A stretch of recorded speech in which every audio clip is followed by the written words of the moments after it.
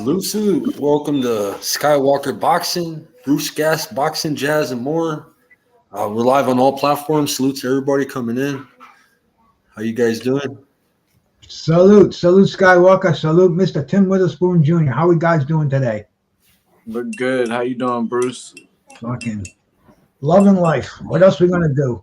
Oh, I was good. I mean, I know we've had a good couple of weeks here with the Eagles every Sunday, and today they broke our hearts, man. They broke our hearts. They got killed. I don't even want to see Eddie today. I don't even want to see Eddie. They just did horrible, man. But you know what? I still got my hat on. I feel bad somebody's gonna get beat up in Philly today, unfortunately, because that's just how our fans are. But other than that, I'm good. Yeah. I haven't watched much football, but I watched about the last 5 minutes of the Patriots game today, and I believe they lost like 6-0. It was Low scoring. It was pitiful, bro. It was pitiful, and it kind of reinforced the fact that I don't watch football anymore, man. I'm boxing 100%, bare knuckle, maybe a little professional wrestling in there, but I'm a true one-on-one combat sports fan, bro. Right. Hey, look, Bruce. Oh, who? Ernie, Hey, what's up, fellas? Hey, what's going on? Good evening. I'm gonna turn my camera on here in a second. But hey, listen, Bruce, man. Hey, man, this is. I know Tom Brady and everything left, bro, but you ain't got to give up like that. You feel me? Well, I gave up about 3 years ago. I just stopped watching it, man. I'd rather watch boxing today. I do my column every day for the On This Day, and today and tomorrow is the anniversary of the Danny Little Red Lopez and the Ruben Castillo fight. When I first got into boxing in 1975, I read about this fight, and it happens to be the anniversary. So this afternoon, I found the fight because the first time I saw it was like 30 years later after I had read about it and talked about it, heard the whispers. I saw it, and today I watched it again. I'm like, what a fight, man! What a fight! And this is I'd rather spend my time watching boxing than I would NFL right now. 100%. But that goes in like roller coasters too. Sometimes we get fed up with boxing as well. Yeah. But hey, Tim, man, We be wilding out when you're not around, bro. You got to do a Saturday night with us. We had about 12,000 people in here last night, man. Fucking, it was crazy. Man? Nobody don't hit me up or nothing. Wow, Skywalker went from 300 subs to over 2,000 subs in a matter of 2 hours. Wow, nice. Well, we're back on track. We're back looking okay, Tim. We're back looking good to ask for interviews now. Good. He left me over there to deal with the vicious bots. I guess that was my rite of passage. Bro, they were vicious last night, bro. That Ernest wanted to cook their ass because Ernest be talking shit, bro. But man, they were outnumbering Ernest. Ernest was like, "Oh hell no! If they come in with Tim and Tim show," he said he was gonna roast their ass. There was too many of them to even monitor. Too many of them to cook. They could. I mean, I heard so many people call me a fucking asshole in the chat. Yeah, last night. Hey, say what you want to say, bro. Right, it's part of it. We opened the gates of hell last night. Were you watching the fights? Yeah, we did the bare knuckle. Well, I shared it with Twitter, and I must have picked up a half dozen or more than that followers just from Twitter. And I didn't realize that it was shown. It's still out there. They don't give you strikes or anything like that. So I mean, I got people from Russia that were watching it. People from freaking Beijing. I mean, it was big. Skywalker broke the internet last night. We couldn't even keep track of it. The chat was going so fast. There was so many people in here. It was crazy, bro. It was crazy. Yeah. Hey, salute to my good brother, Tupac 13. What's up, my brother? Did you watch the local guy from around here, Eddie Alvarez, fight? Yeah. He got his eye fucked up, bro, and it swelled shut. Yeah. He was tough, bro. He could have kept going, bro, but he couldn't see out his eyes, so his corner stopped it. Right. He's a former UFC fighter. Yeah. He's from right around the corner from me, so that's why I was, asking. Let me give Tupac 13 a wrench, man. So, salute Tupac. Salute my brother D3. Yeah, Carl's in the house. The Crocodile Hunter's in here. We got D3 in the house. Tupac 13. The boxing kangaroo now.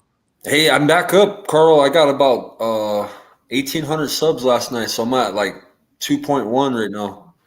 So I was at 300 subscribers, and bam, hit the algorithm last night. I gotta put some clean water in my bong. Carl, what happened to your old alias? What happened to your old title? Yeah, I like the Crocodile Hunter, bro. He's born again.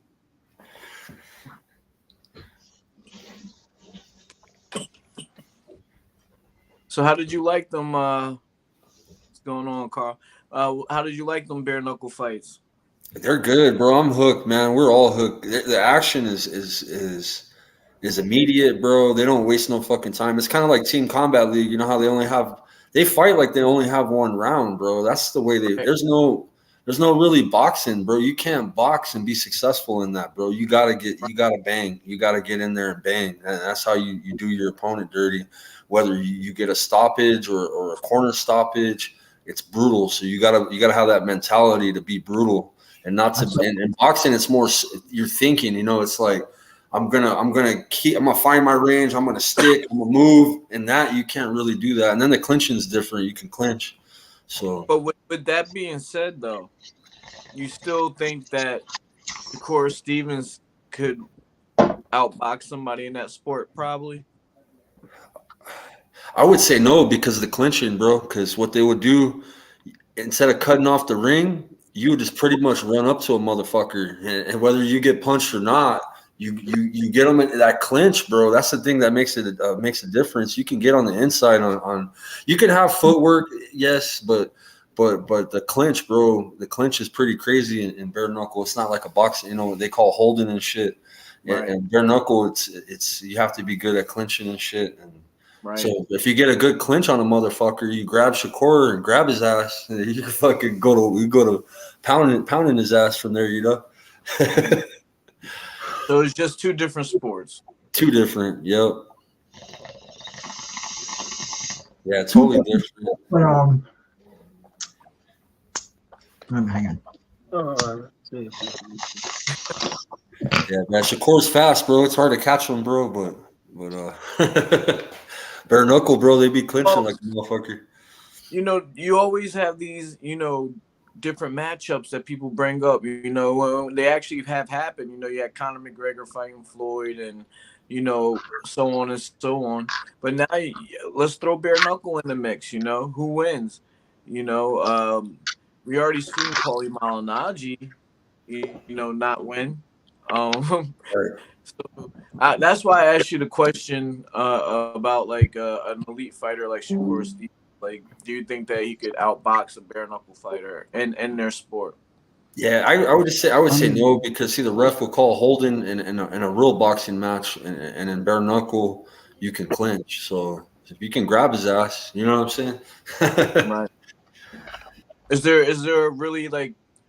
Because I haven't really. I've seen clips. I've seen 100 clips, but I never really sat down and watched it. Is there really like an establishment of like a jab? Or do you see people just going in there and throwing? The jab sets up all the shots. Facts, bro. That's where it's similar to boxing, bro. Because when they do come out, bro, that's what they're throwing, bro. They're trying to establish a jab. You know what I mean? Get motherfucker rocked so they can get in the inside. You know what I mean? So definitely it is part boxing, but it isn't. You know what I'm saying? Like there's no gloves, of course. You know what I'm saying? So you're any kind of punch can cut you open. You know what I mean? Right. Right.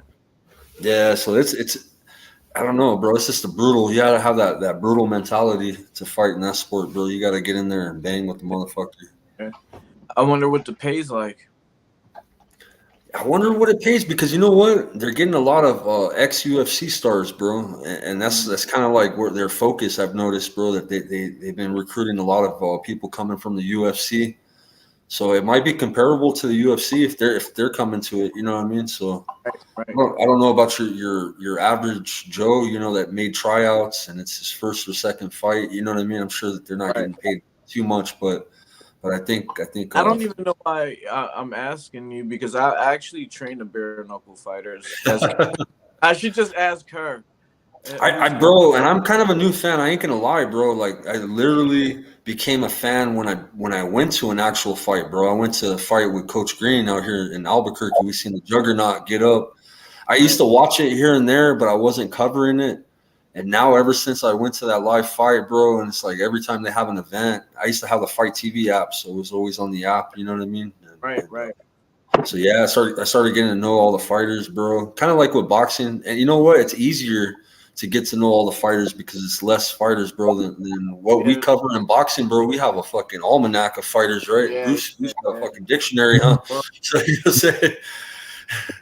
Hey, I'm having trouble seeing Bruce's face. Oh, I'm sorry. It's his comments, bro. Sorry. No, that's fine. You put us regular, bro. Here, I'll put us regular. I was trying to. I'll give you a poster. But Carl was talking about the silly show with Ryan Garcia. Yeah. What'd you think of Ryan? We haven't even spoke about Ryan yet, bro. So I only have glances and chances of watching clips, and I seen him turning his back a little bit and looking a little bit just like of course Gervonta Davis is going to take him out. The mentality of the fighters are just too different, and he just looked very, and you can't call it defensive and I didn't see the whole fight. I look very in retreat mode, I guess. I don't know. How did you guys think? He looked more patient. That's one thing that I know that I'm gonna give him credit. He wasn't rushing shit. I don't know if you guys noticed that he was more patient in this fight. He was doing the Philly shell, bro, where he was I was something different with him. His hand speed is still quick, bro. We gotta give him credit on his hand speed and patience, but he kind of, I don't know, bro. He wasn't the aggressive Ryan, bro. Like, you know what I'm saying? Like the war Ryan. This is the more let me chill out. I don't want to make a mistake. You know what I'm saying? But even then, he was still making some mistakes. I seen him turn his back a few times to his opponent. A few times. Standing sideways. He was standing sideways where Durate, if he was throwing that right hand, he couldn't help but hit him in the kidneys if he was going to the body, because he went completely sideways, and it was very, very, very weird posture, but that's what he wanted to do. And I give Ryan a lot of credit. I think he had a good game plan. And like you said, he was patient. When he tagged him, he didn't go crazy and open himself up and throw all his best shots. And he wore him down. He saw when the time was right. And I got to give Ryan credit, but this Durate, I think they were making a lot more out of him than he really was. If he had won that fight, it seemed like Oscar was ready to make him the star of Mexico, to make him the next Julio Cesar Chavez, and the crowd was behind him. They were booing Ryan. It was a weird fight, but Ryan, he came through. I would love to see Ryan and fucking Rolly. That would be interesting as hell. All kind of scenarios in that fight. That's a good matchup. That's the best matchup right there in that weight class at 140. We got to get those two guys to fight, man. Everybody don't want Subriel. Subriel doesn't get called out. Teofimo, Subriel, that would be good matchup, right? Oh, Subriel is like the Tito Trinidad right now. He's been impressing the hell out of me, like Tito did for a few years. And man, listen, bro, I felt like Ryan. I'm sorry. I felt like Ryan. I felt like he was slower. I don't know what really happened with the weight, because dude, you came up from 135. Why are you fighting at 143? Like, what are these imaginary weight classes, right? So how are you missing weight at? You're coming from 135 to 140. How'd you miss weight, both of you guys? So I felt like he was sluggish. And that was not Philly shell. Whoever invented the Philly shell, like I said, rolling over in their grave somewhere right now. That was not. His dad is the master of the Philly shell, bro. You know what we need to rename that to I gotta protect my liver this fight shell, because my body can't take it yet. Right. So I felt like a lot of fear he had from that last body shot that put him down. I don't know how many times he did turn his back, but don't you think that someone should get warned or penalized? Because that's where I was going with it. So the referee, I mean, no warnings is like, bro, you can't. Last time I checked, if you turn your back, you give up. Mm-hmm. Right? And that how that works? I mean, I don't know if it's necessarily giving up. I mean, we watched Oliver McCall turn his back and walk around the ring, and the referee still let it go on until he noticed that something was really visibly wrong. I think that's the discretion of the referee. But my point is, if you're taking away a legal target, like, I can't hit you in your back, but you're giving me your back. That's the only thing you're giving me to hit. I think that there should be a warning, because what are we doing? That's not a defensive tactic. That's not giving the person a clear space to actually land a credible punch. So if it's obsessive, what take a point away eventually, make them fight. Yep. Hey, I want to thank Rock Chalk yesterday. She held down our crazy chat yesterday. She's a moderator, and man, she was booting everybody. Salute to Rock Chalk. Thank you for all your help yesterday. Much love, much appreciation. Nick, salute to Nick, Champ Ross, everybody that's coming in, Big Texas. Salute, Rock Chalk. I just found out that you were a lady, man. I'm sorry, bro. I thought you were a guy. She told somebody one day. I think I was calling her brother, and she told me one day. I think it was a live we had done before. I'm so sorry, my sister. It's good. Cool. That's funny. Yeah, Ryan and Nick's in the house. BM Boxing News. You guys subscribe to my brother. The thing about that weight too, Oscar was saying this morning that fight was contracted at 143. That was the catch weight.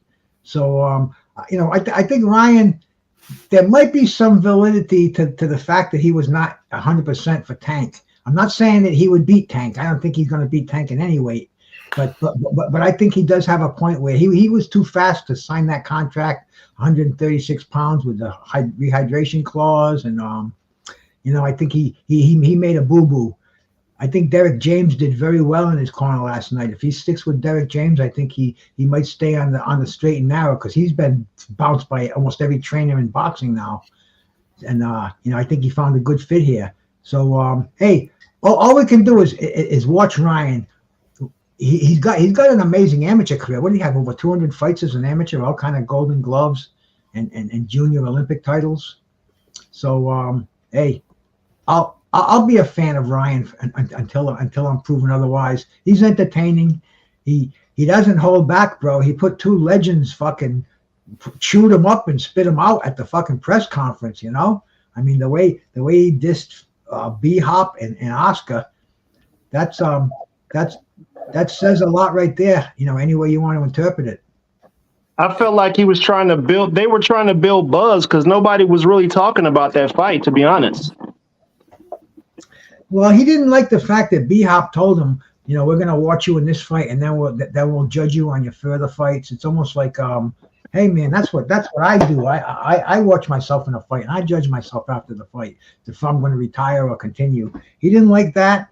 He brought up that remark that B-Hop made a couple of years ago when he fought Joe Smith. Ain't no white boy going to beat me. Yeah. And he said right out, he said, hey, a white boy knocked you out, so you lied.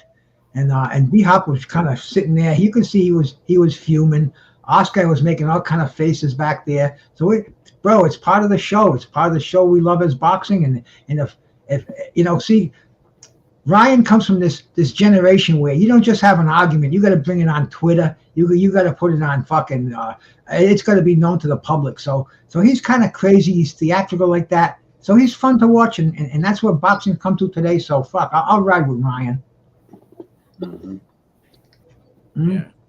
Hey, and what do you think about Oscar? How he's acting? Oscar, Brian talked mad shit. He did it right in front of him, and then a lot of people ask post fight, bro, and post fight, he's like congratulating. It's like a funny happiness, right? Did you guys notice? Does this seem like it's a fake? But that's what I'm talking about. I felt like all of that was a show based off of. I felt like all of that was a show based off of them trying to get some attention for the fight. Right. He's a moneymaker, though. If you think business, you can't let your personal feelings get in the way of business. If you're a businessman, and maybe that he's coming to senses, like, yo, this guy's marketable. He's got a huge following. He can actually. Got 200 plus amateur fights. Business the kid is fight. I can't say that he's that A+ level. Like we've seen him with Tank, but he's still a decent fighter, I think. You know, it's not the first time they've done that publicly. Yeah, he was pissed because B-Hop told him he should have retired after the Tank fight. Yeah, but it seemed fake, bro. And then he was like, I was young too, and I acted the same way like he did. You know what I mean? So I understand. He's a kid. I've been there before. He's all. How old is he? How old is Ryan now? 25. He's not a kid anymore. That's not a kid, man. That should be your prime boxing years. People kind of always they like to hide. Oh, he's only a kid. He's too early for that fight. Bullshit, man. Yeah. He's been a pro that long, and he's had his mental problems, and he's Ryan, man. Throw him in with the shots. Let's see what he can do. He's talking Rolly. We've got to see that fight. Rolly is actually Rolly is probably the lineal champion at 140. Right. I mean, not that he beat anybody, but if you chase the belt, he's got that WBA belt that Josh Taylor was stripped of. He was the first one to get it. So I don't know, man. I just want to see these guys get in there and fight each other. And Rolly's entertaining as hell. Ryan's entertaining as hell. Why not make this fight? Especially Rolly. Oh, he doesn't deserve a fight. What are you talking about? Who do you think you are, bro? You're the champion. You just defend your title. You make your bucks. You got a prima donna on the other end of the line, man. Let's get this fight going. Yeah, thank you, Seattle Ryan, for coming in, bro. I gave you a wrench for coming back, bro. Thank you. I thought Teofimo was a lineal. I don't know who's the lineal, bro. Like I said, man, there's going to be 4 champions at 140, even 5 if you count the regulars and the supers. So I don't even think lineal has any weight anymore. But Rolly, he was the breakout. He was the guy that took the belt that they stripped from Josh Taylor. So I get it. But you don't think that old man? Well, that old man's been fucked. He got fucked in that fight, and last night Barroso was supposed to fight for the WBA interim. Yeah, he had visa problems. They wouldn't let him in the country. He put all type of leather on Rolly, bro. Yeah. Well, he was gonna fight. Who was gonna fight last night? Skywalker. It was his opponent. I thought his opponent had visa issues. It wasn't him. It was his opponent that had the visa issues. He couldn't get it. He couldn't get in the country. It was Barroso and shit. I could look it up. Well, they should have given Barroso that was for a title, Bruce. That was for a title last night. Yeah, an interim belt. He deserves it, bro. That dude got robbed, bro. And that's what I just said. A lot of people talk shit. They're like, this old man ain't gonna do shit against Rolly, and he literally won the fight, bro, and got robbed. Being one of the worst robbers we've seen. So that guy deserves a shot. Senior citizens, man. Barroso's got screwed twice. Yeah. By the same promotional company. Yeah, he's in recess. That's what D Free saying. He said Rolly don't have the belt right now. He's in recess. I like that fight though. Yeah. I think that's I think that's a pay-per-view fight. I'd buy it. I'll buy it. Yeah, I would too. Rolly. You don't have to buy it. I like to support them sometimes. I don't know where Yeah, the money. yeah. What I come to the conclusion of, you know where these pay-per-view sites came from? I mean, the stream fights where you can get all the free, you can get everything on there. I was on there today. I watched like I said, a little bit of the Patriots football game. These sites are made by the internet gambling sites, FanDuel, Betfred. They make these sites. They don't want you paying pay-per-views. They want you betting that money. And they don't want you having to not miss the fight. They want you watching the action, because when you watch it, you'll bet on it. It just makes perfect sense to me. I understand the gangsterness about it. If I had to say where these sites all came from, I'm going to say it's the internet gambling companies. I think they sponsor them and make the 4G's working, because they're working perfect now. And I'm wondering, I'm saying, why do they do this? Why they're not making any money on it? You know, you don't get paid for clicks or anything like that. This is just streaming sites, and it only makes sense that the dual DraftKings would be sponsoring, would be not sponsoring, actually having the engineers set it right up and buy the fight and show it to everybody for free, so they can bet their 84.95 on the outcome instead of giving it to a pay-per-view company. So anyway, Yeah. when it all gets busted open, you can tell them Bruce Gass told you that first. Yeah. I want to see if I can get Barroso on the show, bro. Maybe it's a possibility we get a good translator. I could speak a little Spanish too, so that'd be cool, bro. Just let him know, hey man, the fans thought you know what I mean. You did your thing. He knows it, bro. He knows it. Man, they was last night. They was like, man, why does this guy look white but sound Mexican? Oh yeah, they were tripping Oh on my me. God, bro. I get that a lot, bro, on YouTube. You know how many people have told me that I sound like David Benavides? Oh, man, that's hilarious, bro. I'm a white Mexican, bro. I'm a half breed, bro. I look white, you know what I'm saying? But I got that I got that blood flowing through me. Like Miklo, bro. Simpson, I got that dog in me. Saludos, carnal. I didn't have a camera for about a year and a half when I was on YouTube. I just used my icon because I just didn't have a camera. And then when I got one, people are like, "Holy shit, he's white!" And it's like, "Well, I didn't sound. No, you even sound black." I'm like, hey, "What the fuck, bro? This is what I am." No, I mean, you can say I'm white. My wife and kids. I mean, this is white. You know, is it the same fucking thing? You know? I don't think so. Yeah, What if we said it ain't that much of a difference? Oh man. Yeah, Puro Sur can help with the translation too if I get him on. For sure. I got Quiqui in the house. Salute to the familia. My much love, Quiqui. Yeah. So it's Devin Haney Progress Week, huh? Yeah. Yes, sir. I talked to Bobby Benton yesterday, the trainer of Regis Prograis. And bro, Regis, you know how Tobler was telling us how he's getting disrespected, getting the short end of the stick. Bobby Benton told me that Regis has been tested 6 times in the last 8 weeks, PED tested. Thanksgiving dinner, they come knocking on his fucking door. We need blood.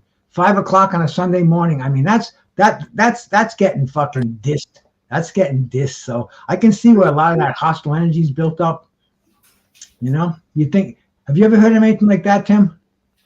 I mean, yeah. I mean, there's that's the name of the game. You know, my dad tells a good story about how when he was in England, getting ready to fight Frank Bruno, that the other promoters, he thought that they were being nice. They kept sending them cartridges of orange juice. So, you know, after he was running and everything, he would like down a whole thing of orange juice, not realizing that it was like he was young, you know what I mean? Not realizing that was a lot of sugar he's putting in his body and all that. And he's like, yo, his trainer came in, Slim Jim Robinson, and it was like, get this shit out of here.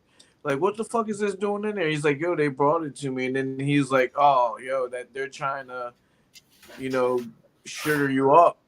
So, like, people do that kind of stuff all the time. They'll make you get more, you know, to run around and get your test, or this is a good one, you know, they'll make it in the contract that they're going to give you an advance, but they don't give you the whole advance. They give it to you how they want to give it to you. Let's just say a number, like say the advance is 10 grand and you'll need 10 grand. They'll make sure, that they only give it to you like 500 at a time, something slimy like that. So you can train, stuff like that. They won't give you your whole advance, altogether. That's another way.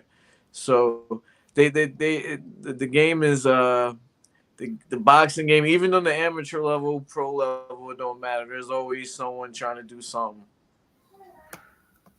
Yeah. I don't know what happened to Ernest. He dropped off, huh? Ernest always drops off and comes back on, man. I think you said it the other day. He's got a slow Wi-Fi going on or something. Oh, he's got a fast ass Wi-Fi. He's the computer guy, Bruce, but he's new to it. He's new to this. Yeah, he took him a while, man. He was in our chat for the longest time, man, and now he's got everything set up. He wanted to do it all professionally. He was buying the streaming platform today. He was asking what I had. He was going to test out another brand or something like that. Yeah, I got a notice from StreamYard yesterday. My credit card expired, my debit card, so I had to send them, send the new information. But yeah, I found out I got that $10 a month plan, bro. And it's like the regularly 25, and I think they're even thinking about going to 35.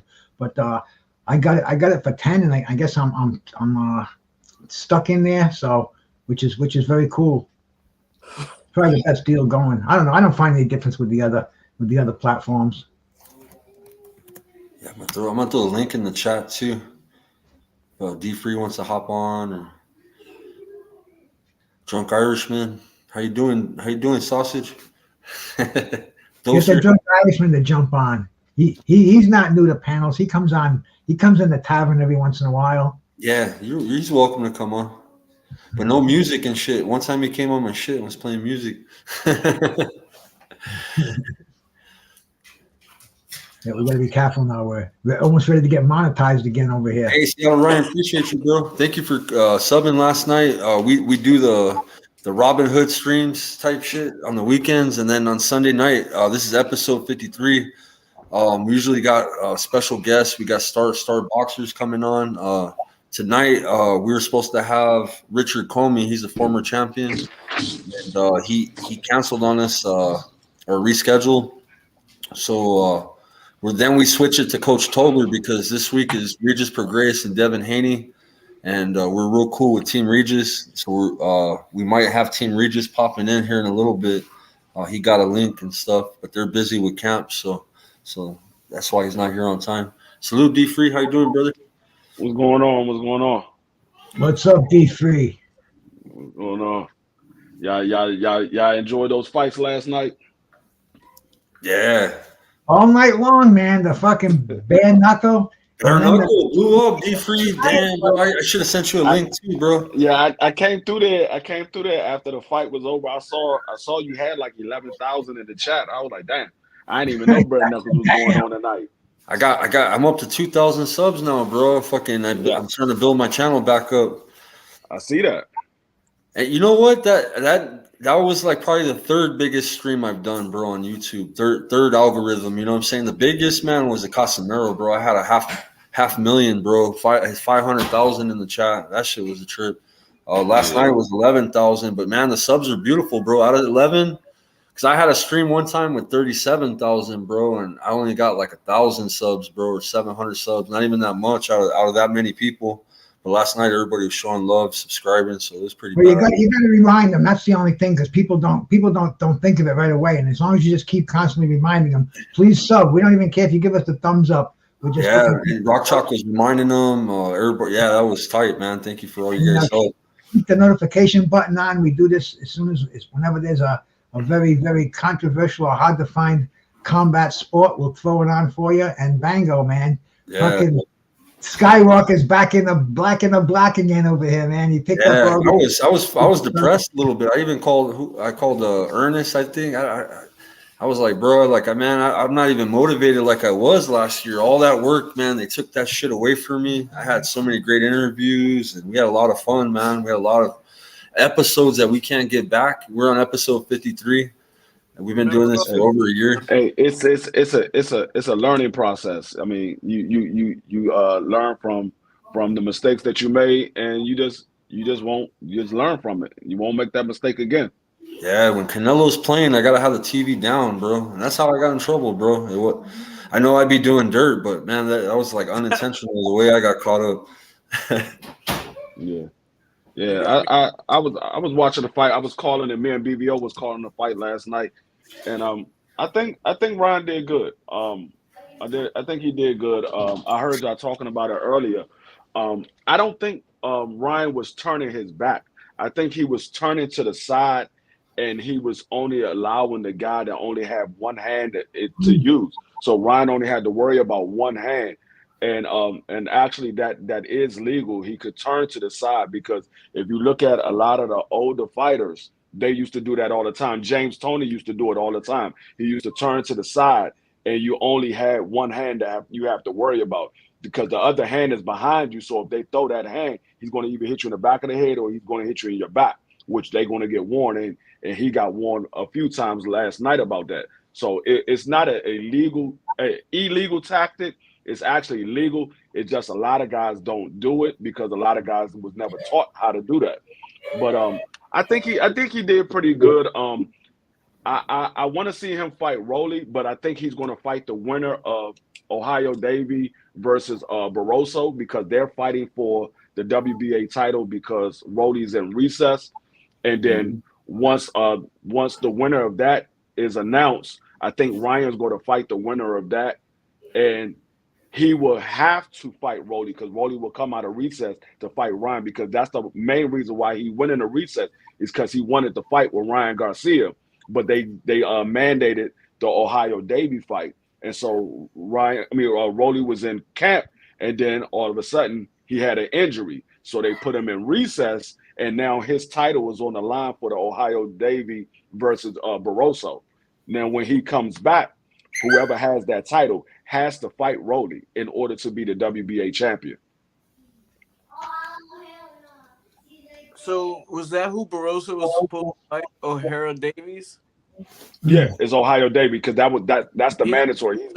He's been the WBA mandatory for 2 years. Yeah, he's from London.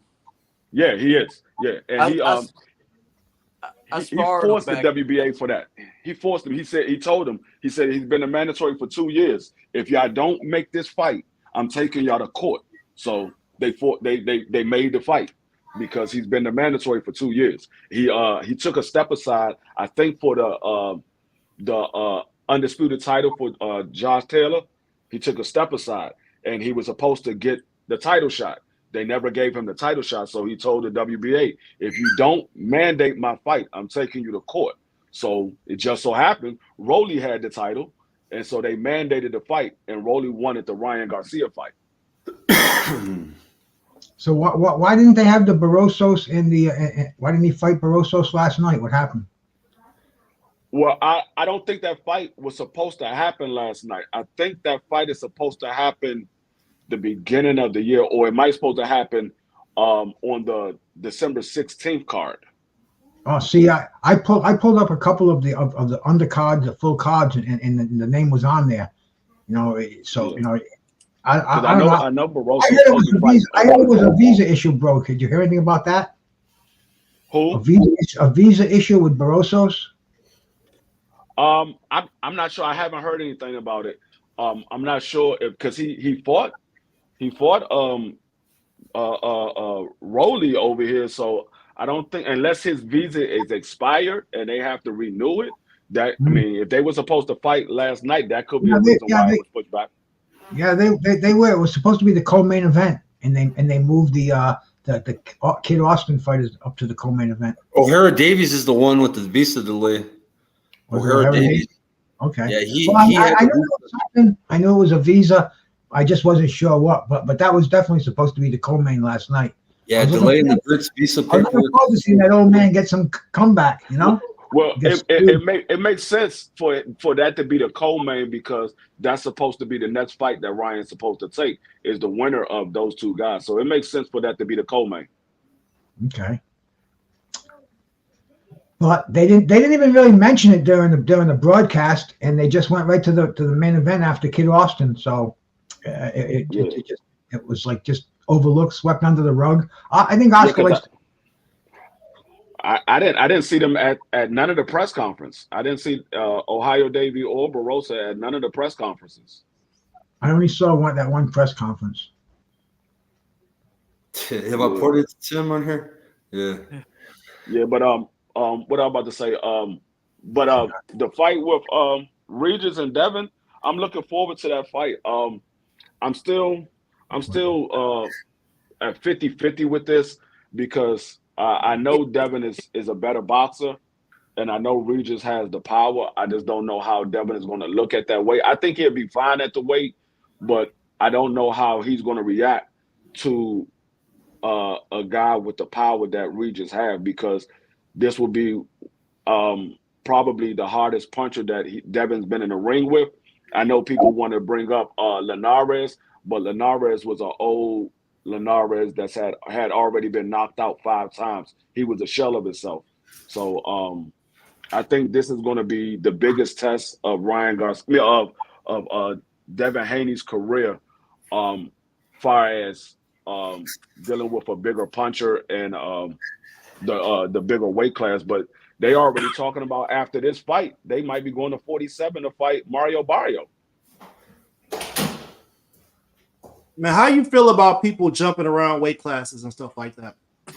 I don't like guys jumping around the weight class. Now, if your body moves you out the weight class, your body moves you out the weight class. And I think that might be the case for Devin Haney because the talk about Devin Haney is he's been at the weight class for too long. He's been at the weight class his whole entire career. He was at 135 his whole entire career. So it very well could be that he was at the weight class for too long and his body had already outgrown 140 as well because he's supposed to have been at 140 probably about 3, maybe 4 years ago. So it could just be that his body outgrown 140 as well because they're saying it's hard for him to make 140. Right. I mean, he's getting into his adult body now because Devin Haney is 24, about to be 25. I think he just turned 25. So he's coming into that adult body frame. And once you get to 25 and you start getting older from there, you put on more muscle, you put on more body fat, and your bone structure starts to fill out, and so he's growing up, and so he can't be at those small weight classes because you got to remember Devin Haney, he's like 5'8", 5'9", and for him to be at 135, that is the same way I look at Sebastian Fandor. He's 6'6", fighting at 154. Yeah, 6'7", 6'6". Yeah, that dude tall. Yeah, man. he's fighting at 154. And I look at myself, I'm 5'10". I walk around at like 190. So for a guy to be 6'6", fighting at 154, I'm like, dog, the last time I was at 154, I was in high school. I ain't been in high school in almost 30 years. So I'm like, I'm 6'4", 190, bro, and I can imagine fucking being 150. Fuck that, just bro. think about it. Just he's an inch shorter than Deontay Wilder. Deontay Wilder fight at heavyweight. I mean, the dude is an ectomorph, man. Like he built like Olive Oil's brother. Yeah. So I mean, I don't know, but I just think Devin Haney. That's why I said I gotta see how he looks at 140 because he's going up there to fight Regis, and then they talking about possibly going to fight Mario Barrio for the vacant WBC, and then they also threw out Boots in that, and they said they want Jerron Boots in this too in the future after Mario Barrio.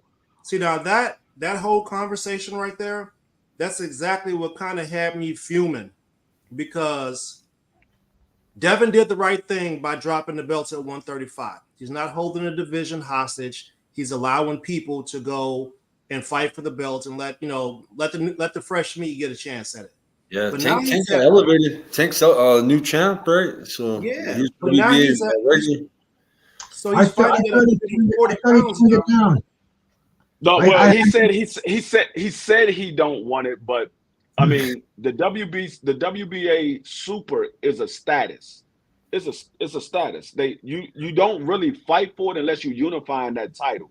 You don't just go and fight a WBA Super title because the WBA Super doesn't have any mandatories. So any fights they fight is voluntary. So it's more so it's like the quote unquote the franchise title. It's a status that's given to you. Now they actually have a belt for it, but it's a status that's given to you. Like when Lomachenko got the WBA Super, Linares had the WBA regular. He wasn't the Super. The Super wasn't in existence at 135 for 8 years before Lomachenko fought Linares. Once Lomachenko and Linares made that fight, they granted Linares as the WBA Super, and he fought Lomachenko and lost to Lomachenko, and Lomachenko became the WBA Super Champion. So it's more so of a status. You don't fight for the title. It's a status that they give you. But what about the WBA heavyweight title? You never hear anybody say that they're going to fight Trevor Bryan for the heavyweight championship of the world. The super titleist is Usyk. Before that, it was Anthony Joshua. We never we never even heard it. We never even used the WBA regular title as a conversation spot as an elite heavyweight title. So that kind of throws a monkey wrench in that whole train of thought, you know? Yeah. Hey man, you turn the Ukrainian into a Mexican somehow. Yeah. I mean that's why the WBA is supposedly consolidating their belts. They did it for a couple of divisions, but they haven't done it from all of them because it's confusing everybody because you got a WBA world champion, then you got a WBA super champion. So we're like, okay, who's really the champion? Well, nobody thought for a second that Trevor Bryant was the champion. And who's the WBA Reggie champion right now? I have no idea, bro. It's Tank Davis. It's Tank Davis right now. No, the heavyweight champion. I don't think there is one. Yeah, well, Trevor Bryant got beat by Daniel Dubois. Okay, yeah, Dubois got beat by Usyk. So Usyk is the regular. They either dissolved the super or they dissolved the regular. I don't know which. Well, they dissolved the super. The super goes away because the regular they got to have mandatories. So the super goes away. That's why I say the super is just a status. The WBA world champion is actually the real belt. The super is a status. So when they combine both of them, the super goes away. The regular is still there. The regular is still there because they gotta have mandatories. D, we can't let you go out like this, bro. Listen, you keep saying Lomachenko as like 5. Are you doing that on purpose? Yes, he is. Yes, he is. No, I'm saying, his name is Lomachenko. You keep saying Lomachenko. Yeah, I'm doing it on purpose. Oh, okay. I'm just checking because I ain't know, man. Yeah, I'm doing it on purpose. You got a week over here, man. Okay. Well, I'll tell you, bro, you just made me even more confused about Reggie and the WBA Super and the franchise and the fucking Intercontinental Heavyweight Champ. I mean, it's way over my fucking head. I just want to see the best fight the best, bro. Bottom line. And see, that's how I always been. I care less about the belts. The belts do not matter to me. I just want to see the best fights. The belts only matters to the fighter. They don't matter to the fans unless you are a fan of a specific fighter. The belts don't matter. You don't take home the belts. The fighter takes home the belt. So we just seen the biggest pay-per-view of the year happen with Ryan Garcia and Tank Davis. There was no belt on the line. I don't care about the belts. I could care less who the champion is. I just want to see the best fights. Yes, sir. Then why do we have belts then? Right? Unless you're established. If you're not an established name, the sanctioning bodies are greedy. No, we started off with 1 belt. Then they came up with 2 belts. Then they came up with 3 belts. Then they came up with 4 belts. We got about 17 belts out here right now. More than that. It's because the sanctioning bodies are greedy. They want money. Every time you hold a belt, they get 3% of every time you fight. They get 3% of your pay and 3% of your opponent's pay. So they want those titles out there so they can get money. And the belt system is trickling down into the amateurs. Now amateurs are winning belts, for you know, they get the WBC youth titles. They got the Caribbean titles. I mean, there's just so many. No, So my nephew fight in the amateurs. He just won a WBA belt in the amateurs. I'm like, where you get a belt from? I'm like, you fight in the amateurs. Where you get a belt from? He like, I hope he doesn't have to pay no 3% of nothing for that belt. No, he don't pay nothing for it, but he got a belt. They probably got him for life. Be careful. Hey, I got a question, man. We got a fight with a guy that was real hyped up, Montana Love. We seen him hyped. He used to bring his dog and shit to the weigh-ins all the time. He's from Ohio, and then he fought. I forgot the guy's name. Yeah, but there was. Remember, he pushed him through the ropes. He got disqualified. From Australia, wasn't it? Yeah, he was whooping on him, bro. Steve something. But he's fighting another Australian, bro. Mind you, this Australian is better than the other one. This one trains with like Shakur, Haney. He goes to Vegas.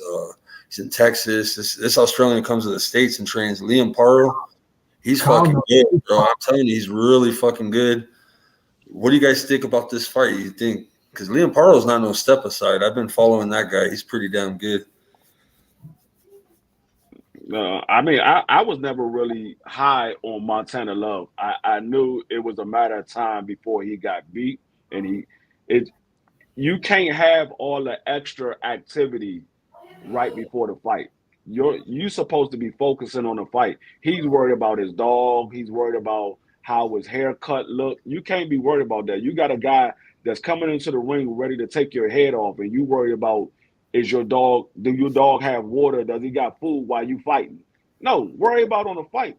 But I mean, it is what it is. Like I said, I wasn't ever really high on Montana Love. I knew it was just a matter of time before he got in there with the right opponent and they was going to take his head off. And he hasn't fought since that incident, correct? Right. And that incident was a long fucking time ago, bro. That shit. Like about a year and a half. Yeah, about a year and a half ago. That long, a year and a half. Wow. He hasn't fought in a minute.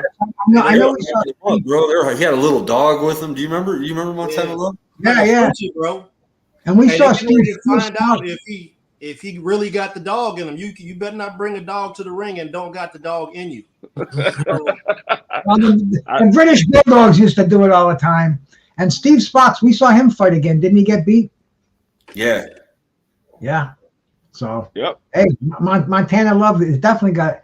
He's due, and he's still got it. We're still talking about the guy, so he'll get a decent fight. Yeah, this will be a good fight for him. This is actually a step up from Stevie Spark, I think.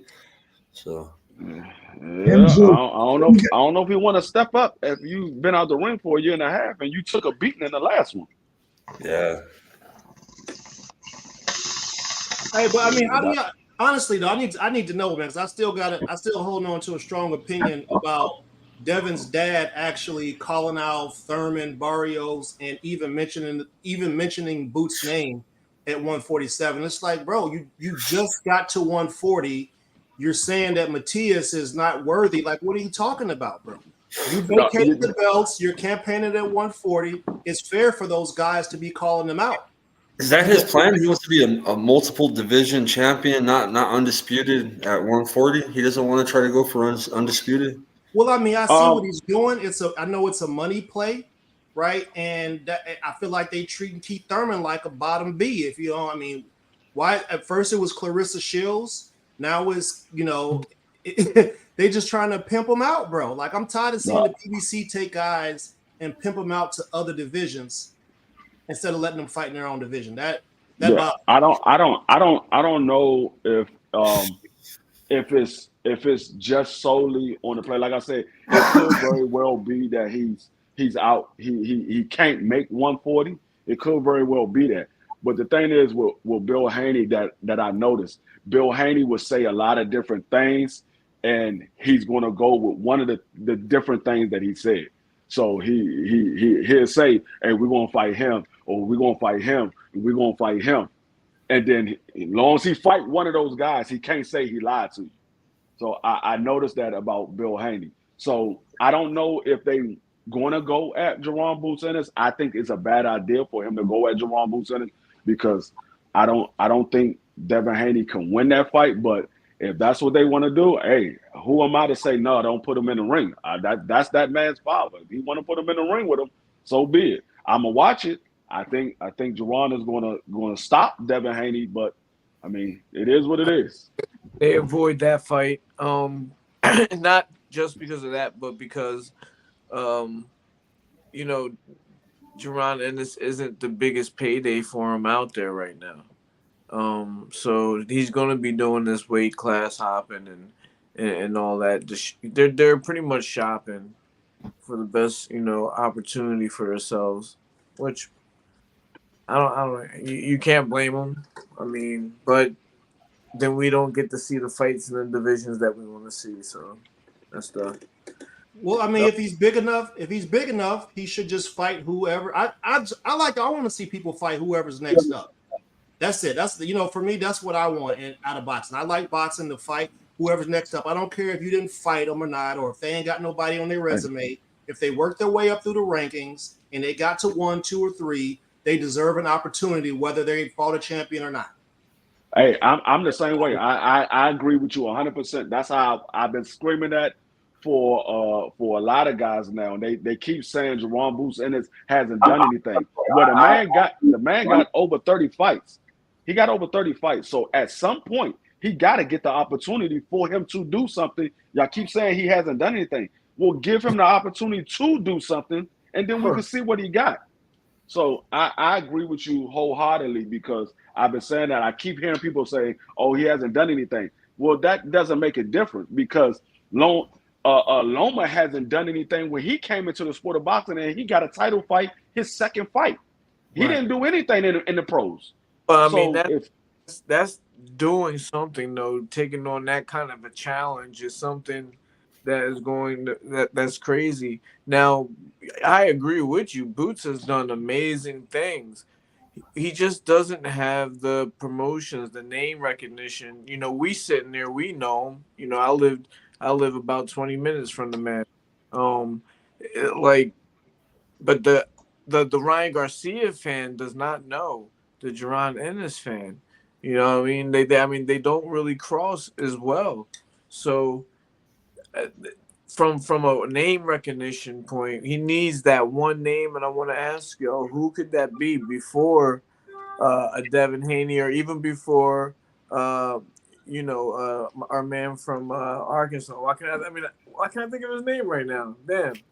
Hey, if it's name recognition in the fight, whoever's next up, I don't care if you didn't fight him or not. Or I mean, to be honest with you, Keith Thurman, unless he fight another champion, there's really nobody at 47 that wants to get in the ring with him that's going to make his name known like that because Keith Thurman already turned that fight down multiple times.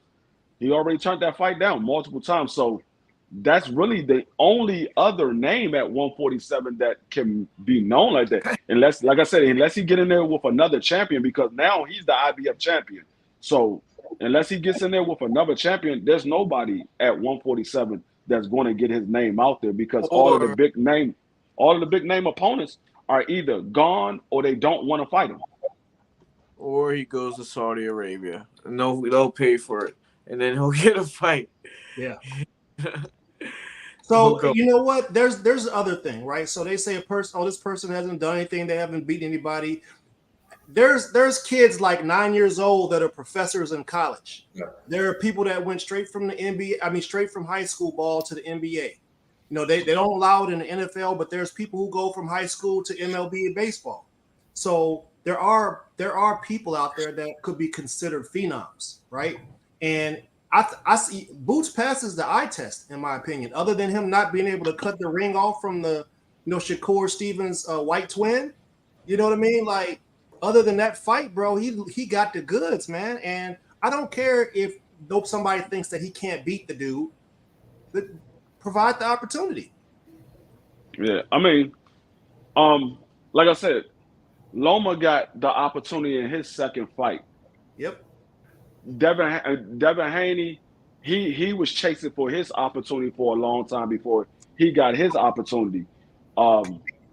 Tank Davis got his opportunity at 21.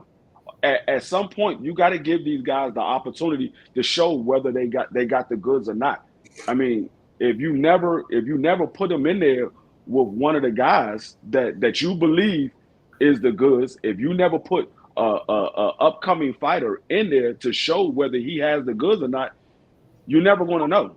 So, like I said, the man, he fought 31 fights. He deserved an opportunity to fight somebody. I mean, if nobody wants to get in there with him, then so be it. They just scared of him. But he deserved the opportunity. I mean, we saw what happened. You could have 40-something fights and still not be ready. So whether he has to wait, because we saw Canelo. Canelo went through, he had 44 fights when he fought Floyd. Everybody said he was green, but that man had 44 fights. He had more fights than Floyd had. So, I mean, at some point, you got to say, okay, you know what? He fought enough. We saw enough of him. We saying he's fighting a bunch of nobodies. Well, let's get him in there with somebody. If he's fighting a bunch of nobodies, one of these people that we believe are somebody, get in the ring with him.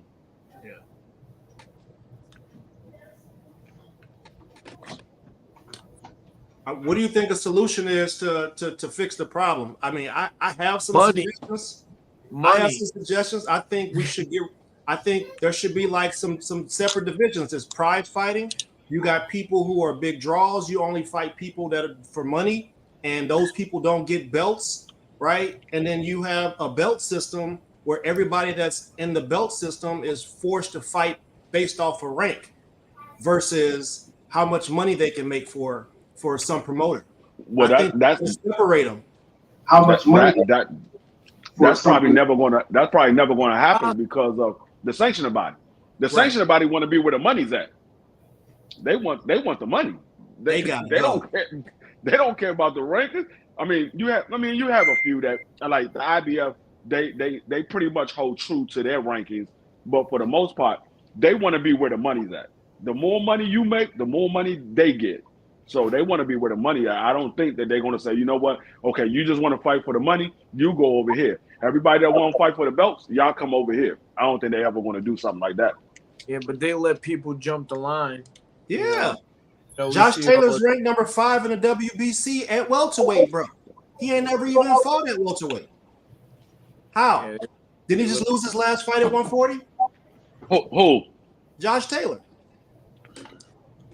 He's at welterweight right now. He's ranked number 5 in the WBC at welterweight. Oh, I didn't know that because he never fought it. That's he never Tom fought at Foolery. welterweight.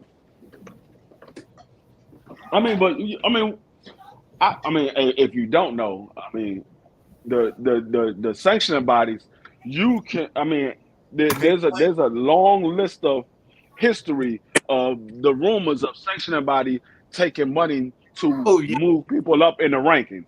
Oh, it's not rumors. No rumors about it, man. It's been sworn before. Only reason why I'm saying it's a rumor is because I don't have concrete evidence. I know that it has happened. I just don't have concrete evidence, so I'm gonna say rumor. But if you know, you know. If you know, you know. So, they do it all the time because just like, who was it? It was somebody. The guy that fought Terrence Crawford. Kell Brook. Kell Brook was just sitting over there fighting at 154 pounds. He fought at 154 pounds for 3 years. He moved down to fight Bud Crawford and was ranked number 5 in the WBO. Was not ranked the year prior at all at 147. Listen, all of a sudden he moves down. He's ranked at number 5. They say if you want to be ranked in the WBC, the IBF, WBA, WBO, you better have visited their office. You know what I mean? You better Right. have sent a representative to visit them at least once and talk to them in person. Right. You know that's. I mean, I'm just keeping it real with you. Like that. That's known. If you want to get ranked by a sanctioning body, your manager be in contact with them, or else you're not getting on there.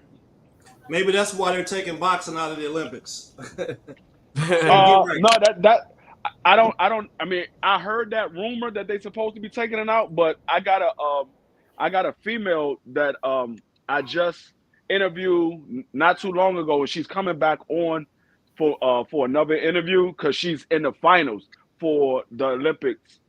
She's going through the Olympics trials now, so I don't know if they are doing it. I don't know when they're doing it. I know they're not doing it for this Olympics that's coming up because they still got the Olympic trials going on, and she's in the finals.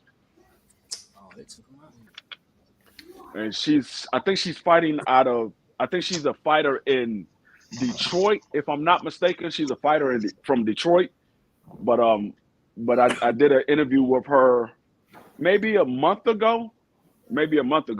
And I know she's coming back on either this week or next week for another interview because she got one more fight, and if she wins that fight, she will be on the Olympic team for the Olympics. Hey, check this out. I just pulled up the WBC the ratings. It's changed since November 29th. Number 1 in WBC rating right now, Cody Crowley. Number 2, Chisoko. Number 3, Josh Taylor. Number 4, David Evanesi. And number 5, Conor Benn. So as a WBC stand for, we got to come up with some type of name for him now. That's what it's a European company now? Did they just move on from Mexico? Like, what's up with that? How? Yeah, and from what I've been hearing is Mario Barrio is supposed to be fighting for the vacant WBC. He's not even ranked in the top 10. That's what I heard. I don't see him on here at all. But he gonna sell some tickets because we want to see him fight. Yeah, but he has some kind of interim belt, doesn't he? That's why he's not on there. He has like a WBA interim. We're talking about WBC. Well, yeah, but a fighter that's ranked by another federation is not going to be ranked by the WBC. You understand what I'm saying? If you got a title, you're not going to be ranking another sanctioned body. That's the reason why. That's the reason why Boots was taken out of the WBO because he got the IBF interim belt. Once you get a belt, you get taken out of all of the other sanctioned bodies. He knows. Okay. Vince, what sanctioning body do you fuck with? Don't take my word for it. You fuck with the IBF, huh, Vince? What is the IBF? IBF and the Vince! Good morning, Vince. I'm good, bro. Good to have you in here, man. I'm already wake up because later I'm going to the gym sparring. Go to sparring. All right. Go have a big breakfast, bro. They've been having bad earthquakes here, Bruce. Mindanao has been hit with a shitload of earthquakes lately. This is 7.7. Yeah, they had another one, Bruce, in his hometown. I'll be saying my prayers, Vince. You say you say safe. Yeah, it's on the news, Bruce. They're mauling shit. And that earth started moving. There's nothing you can do, bro. Really? What do you do? Have you ever been in an earthquake, Bruce? No, I live in Rhode Island. We've had maybe a slight tremor or two in my lifetime, but there's no earthquakes here, bro. Yeah, man, that'll make your cheeks tighten right up.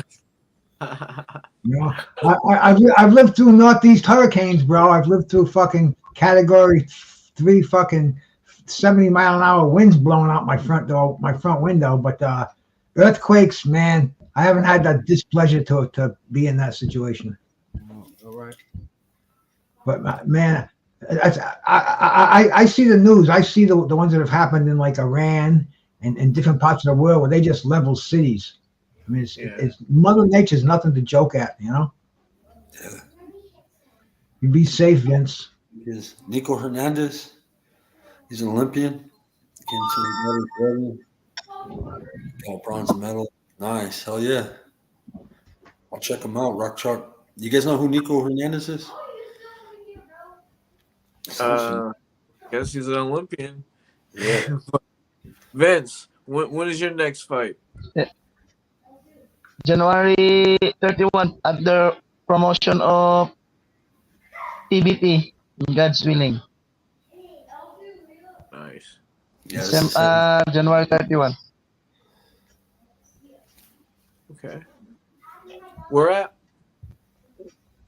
In Okada, Manila. Okay. So you fighting at home? Hey, he's undefeated. Japanese again. He's an up and comer. Nico Hernandez 11-0. Fights at Vince's weight class. Vince, would you fight this guy? He's 11-0. He's ranked number 7. What? Number 7 in the United weight? States. 112. What weight, hermano? 112. It gives me a opportunity. I can fight him. Vince is ranked number 5 in the world, Rock Chalk, and he's young. He's also fought for a title as well when he was really young, and he's getting close to another title shot pretty soon. He's been kicking ass. He fights like a little mini Tyson. He's real aggressive. Oh, Vince, you ready to put that kamikaze on their ass, huh? Yes. All your logo again. Rock Chalk, you got to go to logo again. we sponsor Vince. We actually were sponsors of this fighter, and man, he beat the fuck out of his opponent. His last opponent, we got some good pictures, good still pictures. His face all mutated from punches from Vince. Vince can really crack. When Vince fights, you can hear all the punches. They're loud as fuck. Oh, Vince does. But nothing. Hard. But now, Team Bruce, I fight in 115. After this fight, I'm back to 112. Oh, so you're moving up for this fight? Yes, but after this fight, I going back in 112. I mean, why are you fighting at 115 versus 112? Because after my fight, I'm big. I'm weighing in 136 pounds, but now I'm 124 already. 124 pounds. Man, you got to put the lumpia down, bro. Yes, always. Lumpia And then down, Bruce, bro. You got to look good. Hey, and then Bruce next in my trunks. oh, he's putting you on his trunk Next fight. system, right, Bruce, on there. All right, man. He's gonna rock the Bruce gas. He's gonna put you gonna put a weed leaf on there. All right, man. You should put a weed leaf. No, hey. No, Mike. I'll be glad to sponsor Vince, bro. Japanese will get mad, or you be in the Philippines, huh? Hey, yeah. You can't Vince, how tough it is to how tough is it to cut weight though? You're talking like a small frame like you, and you have to drop another 10 pounds before the fight. Yes. But now my weight is 124 already in God's willing. Slow down weight. If you lose weight, maybe 14 pounds in 2 weeks, it's very hard. Oh, especially at your weight class, man. That's like losing a good chunk of yourself. I mean, I could lose 14 pounds and you wouldn't even notice it. But somebody like you, that's a big weight loss, man. Yes. Hey, Skywalker, bro, we can't be putting marijuana leaves on my man's outfit over there, bro. They'll take him out. No, we don't. We're gonna wait till they get to the States. He put a Remy bottle, bro. He put a liquor bottle on his last shorts. That's different than weed. They don't. The country is not okay with weed, bro. Yeah, there's my logo right there, bro. Oh, Send to me, Bruce, in Messenger. He's like, it's Your not weed. YouTube channel. Send to my messenger. Send to messenger. And then I send in the printing shop. And then next week I pick up already the trunks. Oh, okay. You're gonna do it fast, huh, Vince? you put that green dragon on there. Yes. We get I get that too. that'll be a good one. The Green Dragon. Well, the Green Dragon. Let's see. That would be the. That would be like right here. The Green Dragon. Yeah. And little tension. Yeah, baby. Well, look, guys, I'm out of here, man. You guys been keeping me later and later every week. Hey Tim, hey, listen, man. I know you had a. I know you're on the. You're trending on the down after your Eagles lost, but you know me and you, we'll have a conversation next week after my Cowboys play. So I feel like it's time now. Well, we can talk. I think we lost to the same team. I think. We did. Oh, it's nothing I can say today. We can hate each other tomorrow. Yes, sir. All right, guys, man. I'll catch you guys on the next one. All right, I'll see you, brother. Thank you. Hey, Rock Chalk, I was gonna send you a Vince's video on my Instagram. I gotta look you up. I had a lot of people that me up yesterday on this stuff here.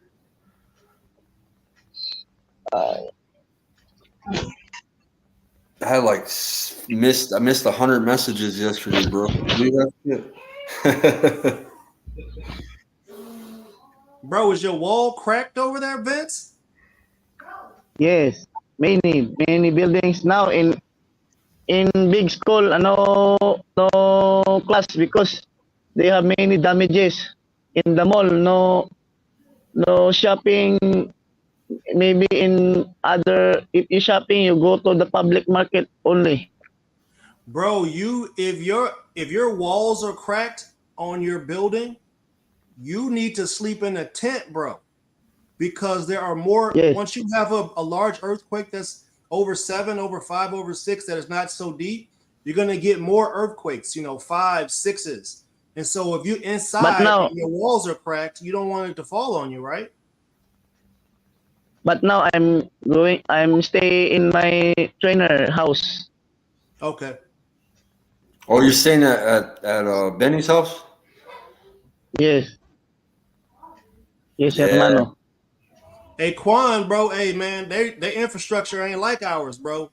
The earth shake and the buildings crumble. They've had fucking 2 back-to-back earthquakes, 7.8 magnitudes in the past 2 weeks. They've had 2 earthquakes. Yesterday again, but not strong. Maybe 5.6 like that. Yes, in the night. Yeah, no, that's strong, bro. That's strong. For us, it's strong. Yes, but the strong is in the other hometown in Cagayan de Oro, in Surigao City, and Tagum, Davao. Very strong. 7.6, 7.7 like that. Very strong. In the school of my nephew, now no class because mayor of our hometown say no going to school. 2 weeks no school, no going to school because of the earthquake. It's not safe, yeah. They're gonna get in trouble. Watch. Yeah, thank you, Opulent. Appreciate you, brother. We're back grinding, man. I'm kind of. I got that dark cloud, man. They done took my last channel. I was at close to 10,000, man, and so that's good, man. We're grinding. Yeah, Vince, man, you got to get the fuck out of there, bro. For real, man. That shit. You guys are an island, bro. You guys keep having those earthquakes. You guys, you know that what they always said about California over here, Ernest. That shit's gonna end up in the water. That's what's gonna happen in the Philippines, man. That shit's an island, man. That shit. I feel like they're getting ready to have some type of. Listen, so there's a lot of solar activity. A lot of solar activity happening lately. Yeah. And heavy solar storms. I think that stuff's messing with a lot of the volcanoes, bro. So they have volcano here. They have volcano. Yeah. Even Iceland's volcano is about to erupt here sometime soon. So there's been a lot of volcano eruptions here recently in this past year. I'm telling you, man, it feels like the Day After Tomorrow movie.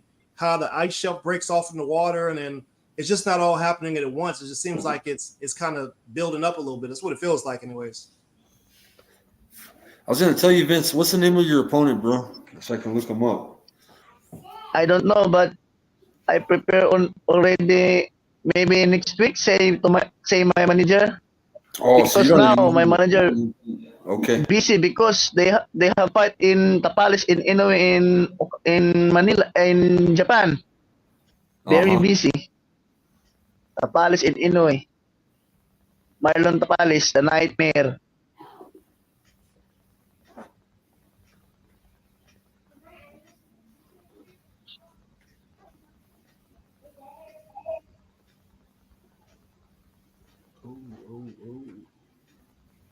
Hey, what's going on with Coach Skywalker? I sent him a link. I think he's busy, bro. Eddie told me he was coming on tonight, and Eddie ghosted me. Like I've been calling him and all that. So something happened with Eddie. Uh-oh. Yeah. Hey man, Eddie be leaving. Eddie be leaving his phone at the laundromat. He probably Right. He probably jacking one of them dudes up over there. His phone and shit. Oh, Vince, what kind of preparations are you doing different this fight, bro? Are you gonna keep working the head movement? You did better this last fight with your head movement.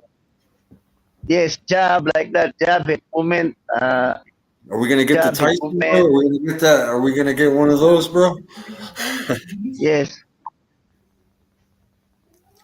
Hermano, I'm going to gym now. Yeah. Bruce, Ernest, I'm going to gym. All right, man. Train Hit it hard, man, and take care of yourself, my brother. I'll talk to you soon, man. Take care. Send to Skywalker your YouTube channel. And then, absolutely, bro. I'll be honored to have you wear that on your trunks, my brother. Thank you. Bye-bye. Take care. I'm going to gym now. Yeah. This is Vince right here. That's him and the ring girls right here. Him hugging on the ring girls. 2 girls. You got 2 girls. Meet again. That's his girlfriend. Every fight, she's in his corner. Hey, both of them. You're gonna have to bring a ladder when you go out with her, Vince. That's his Japanese that girlfriend. In my left side, like she likes look like of Maria Osawa. Okay. In my left side. Check out these pictures right here, Rock Chalk. Look at Vince. Vince fucked this dude up. Oh, look at him. We watched that fight. Yeah, that was a good fight. Look at that face. Looks like that Jersey Joe Walcott, Rocky Marciano. He went into Japan and beat a Japanese and shit, beat the fuck out of him, and they beat him every single round, and they try to rob him and shit on a split decision, huh? They couldn't. After that fight, many Japanese angry because why the judge split decision, unanimous decision. Many Japanese people are angry in the decision. Yeah, you dancing right there. Hey, that's because that was a long walk. That was a long walk back from the ring back to the locker room for that dude. They already don't stand up over there. They just sit down and watch. It's weird, bro. They sit down and watch the fight. You need to get back to the States, bro, so you can see people stand up. They get to talking trash. Sometimes people in the audience be beating each other up. Like it's a different environment, man. Hell yeah. Yeah, Tim Witherspoon looks like his dad, huh? You know what? We're trying to get a show next week, Mark. We're trying to do Tim Witherspoon Sr., Tim Witherspoon Jr., and then the third. His son started boxing. That's the reason we wanted to do the show. His son started. He just had a fight recently, so the Witherspoon legacy continues. Every generation of theirs, they all box, so it's going to be dope. We're going to have all 3 generations of the Witherspoons, maybe on next week's show or the following week. Bruce Gass hangs out with Tim Witherspoon Sr. That's like his best friend. I hang out with Junior. Junior's my co-host, and Bruce's homies. You've had Senior on your show a lot of times, huh? my best friend, yeah. You see how these internet friendships work out, bro. But no. You got his picture hanging up too, huh, Bruce? What's that? Witherspoon Tim. picture Yeah, hanging yeah. It's up there. It's I got an autographed picture of him up on the wall. But I had to move my couch because my other couch got. Anyway, I'm here now, and I'll have to rearrange my pictures because I got an autographed picture by two-time heavyweight champion of the world, Tim Witherspoon. I have him on my show. I've had him on more times than I can even count. Great guy, man. He's got more stories. He's open about it. And his son told us, man, he says if his kid was ever training, he would want his father to work with him. He'd want his father training him. He just said his father's the best, the best trainer out there. He's a sponsor. Yeah, Vince just left, Demetrius, but Vince was on here. He's had a couple of earthquakes in the Philippines, but he's still training. He's got a fight coming up real soon. He's got a weird fight, bro. I don't really like it, man. Usually we know the opponent, and this next fight they got him on the Casemiro card, and they don't want to announce the date. He couldn't say much because right now it's a secret on the fight announcement. And it's coming soon. That's all I gotta say. It's like coming real soon. And he's fighting an opponent he don't know, and he's moving up a weight class. They have him fighting at 115. So I don't know. He's ready though. His mentality is he's gonna fight, and he can scrap. So he should be all right, bro. But I just want to see him in an eliminator next. You know what I'm saying?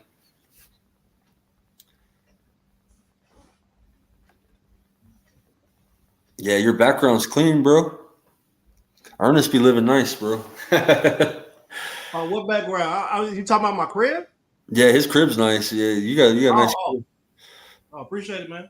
I thought they seen some crystals there. He's into crystals. Oh, no, hey, listen. Hey, I don't show them on. I don't have them all on the live, bro.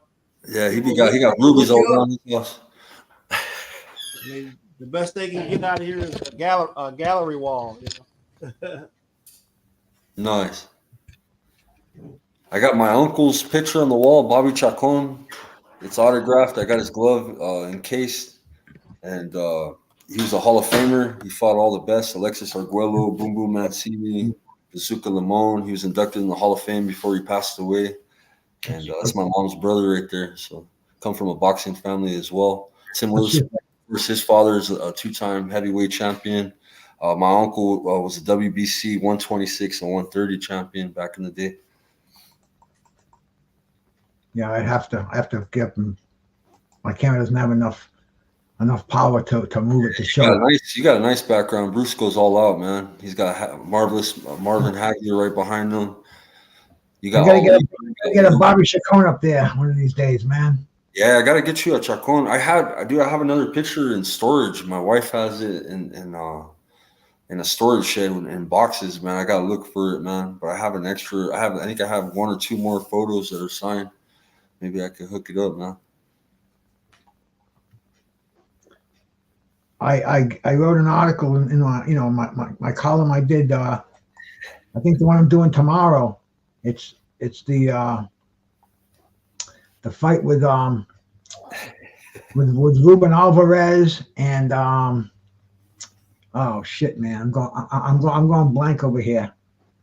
And Danny Little Red Lopez, and and they both fought Bobby Chacon. So I mentioned him in the article because he's the guy that stopped Danny Little Red Lopez, the first guy to beat him, and he was like a knockout artist, like 24-0, 24 knockouts, and he ran into the schoolboy.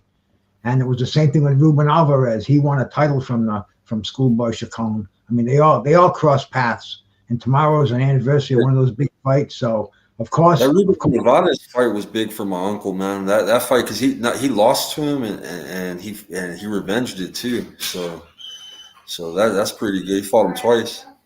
Navarrete. Olivares. Olivares. Okay, yeah, because there was another one out there. And that was basically. He was like a Ryan Garcia, would you say? Like a tougher version of a Ryan Garcia because he was a movie star. Who's that? Olivares. Oh, he was probably the most famous boxer in Mexico until Julio Cesar Chavez. I mean, they called him Rockabye Ruben, knocking out everybody. I mean, I think he had close to 100 fights before he retired, and just an amazing Mexican fighter. And all those guys back there in the late 70s, and they're all fighting each other. They're all, they just magnated. They seem to all migrate down into the Southern California, Mexico area, and the Inglewood, the Forum in Inglewood, California, the Olympic Auditorium in Los Angeles and Sacramento. They used to sell those places out, and people would throw coins in the ring after the fights to to give them a tip, because back then a quarter was like $1 today. But I mean, dude, they sometimes these fighters would get hurt. They pelt the ring with so much money. But oh yeah, man, Tim's uncle Bobby the Schoolboy Chacon, he's up there right at the head of the parade. Yeah, the Horror Hunter. Thank you for coming back to the show. We do a Sunday night podcast with my co-host left, Tim Witherspoon Jr. Bruce Gass is part of the show, and Ernest Johnson is a new addition. You know what I'm saying, to the show lately. And we usually bring on professional fighters. We just had Vince Paras. He's number 5 in the world at flyweight. He's from the Philippines. He comes, hangs out with us. We got the top cruiserweight in the world coming in to hang out with us. You know what I mean? So we got Team Regis. They were supposed to come in. We had Coach Evans Tobler supposed to come in and cook on Bill Haney because he loves hanging out with us, bro. Regis's coach, guys. This fight this Saturday, this is a big deal, especially for boxing. I know we got some bare knuckle MMA fans as well in the house. You know what I'm saying? But you guys don't miss Saturday, December 9th. It's going to be a fucking war, man. Devin Haney's moving up to challenge the champion. Regis is a dog, man. Regis got power. Devin Haney can box very well. It's gonna be a good fight, guys. The whole card is stacked. There's gonna be some good matchups. And it's a pay-per-view card. I'll be sharing it on Instagram for you guys. I can't. Hey, Bruce, would you ever go to any more fights, man? If the opportunity presented itself? Oh shit, yeah. If the opportunity presented itself, yeah. The horrible hunter, the horror hunter, Tony the Tiger Lopez, Sacramento's own. Bro, he just accepted my friendship on Facebook. I saw him on there, and I'm like, wow, because we're in an era where you can actually reach out and talk to these guys, and that's how I get him on my show. I got George Foreman's brother on like that, and Trick Nolte, my friend, has helped me a lot. But now I know how he does it, and I just got accepted as Tony the Tiger. I'm gonna try to talk to him, bro, because dude, that's another one. He was on all the time on Wide World of Sports, CBS Sports Spectacular, especially NBC, man. Freddie Pacheco loved him, and he won a world title, but they put him in. This guy faced Murderer's Row. He faced all those featherweights and lightweights, junior lightweights in Southern California, and dude, he was definitely one of them. Tony the Tiger Lopez. So shout out to Tony the Tiger. Yeah, he's right here. The Horror. I was going to answer Rock Chalk's question. It's very easy to support a fighter in the Philippines. Very easy. Our money is a lot more value to the Filipino peso. So it just takes money to get them here. I'm actually good friends with Nonito Donaire, and he's brought fighters here as well. Him and Rachel Donaire, they've brought fighters to Vegas from the Philippines. This last camp, they had a whole Filipino camp. Come from the Philippines to Vegas and train Nonito, and he was with fighters, and it was pretty cool. But to sponsor him, it's very easy. Like we all pitch in for Vince's sponsorship, and Vince will rock everybody's logo on his shit, and yeah, man. Vince will go to the tailor shop, and so we help Vince out during his camp usually. Yeah, man. A lot of people don't know. People don't really understand how difficult it is. I'll use something that's other than the boxing example, right? So let's take someone who, you're in high school or you're middle school, and you're touted as probably the next fastest person in the States, right? Right. In order to, it takes a lot of money for these people to be able to get across the country and, get hotels and stuff just to compete in events. They're spending thousands of dollars to compete in amateur sports and don't really have it. A lot of people that are are into these events, they're not well off. So I think sponsorship is a big part, and I think people would small business owners, people who could afford it, they could actually grow with the athlete versus somebody like Adidas or Nike just swooping in with all the bread, man. So I think people should be more active in supporting athletes so they can, and then maybe in return, those athletes will give back to their own community. So that's the best way I could help the Filipinos or the people over in that area, is to help somebody like Vince who can go and win and then be able to give back to his own people. So indirectly, we get to support and do what we can to help these people get to the level they're trying to get to. That's all. Yeah, Just Frank, salute. Thank you, brother. Man, thank you for the Russian translation last night, too. I had the Russians coming in, bro, and he was telling me what they were saying and typing back to him. And, hey, bro, and you know what? We're cool with man, there's so many good Russian fighters out there, man. Any day that you want to collaborate, I can set up an interview with the top Russian. You know what I'm saying? That'll come in handy. I'm actually friends with the heavyweight Russian right now, Baby Drago. He trains out. He comes on the show sometimes, but it's cool to know everybody that speaks different languages in here, man. Salute Just Frank, for sure, man. Yeah, I got a lot of Russian subscribers, believe it or not, man. I have a shitload, huh? Bruce, you do too, huh? They love combat sport. Man, I guess we do. After last night, you had a lot of Russians in here, man. Or the Russian language. I don't know if they were Russians or if they were from maybe. There's a site called Gromda, and it's Russian bare knuckle, and I want to start sharing those streams. I don't know if they'll hit me with copyrights. I haven't tested them out yet, but man, them fucking dudes go hard, man. If you guys like bare knuckle, man, check out the Russian version. They got the UK and everything, and the UK's got some big boys, but the Russian, man, it goes hard. We go over the Benavidez Andrade fight. We can go over it, Quan Chi. David Benavidez and Boo Boo Andrade. Ernest had Demetrius Andrade. Oh yeah, I did. I picked. His name is. Hey, I stand on what I said, man. I picked Boo Boo by split decision. The only reason why I picked Boo Boo was based off of Boo Boo being a left-hander, him being hard to hit most of the times, and David not having fought a left-hander since like 2016 or 2017.